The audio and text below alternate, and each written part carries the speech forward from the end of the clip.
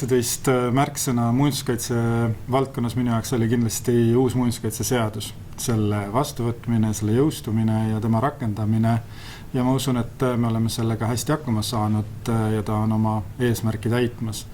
Teine märksõna valdkonnast laiemalt ja tegelikult mitte ainult eelmisest aastast on linnused.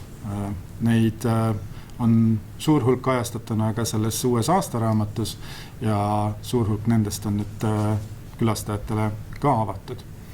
Ja kolmas asi, ma arvan, on muinsuskaitsealad, viisid, kuidas me suhtleme muinsuskaitsealade elanikega, omanikega ja see, et me oleme ette valmistamas uusi muinsuskaitsealade kaitsekordasid.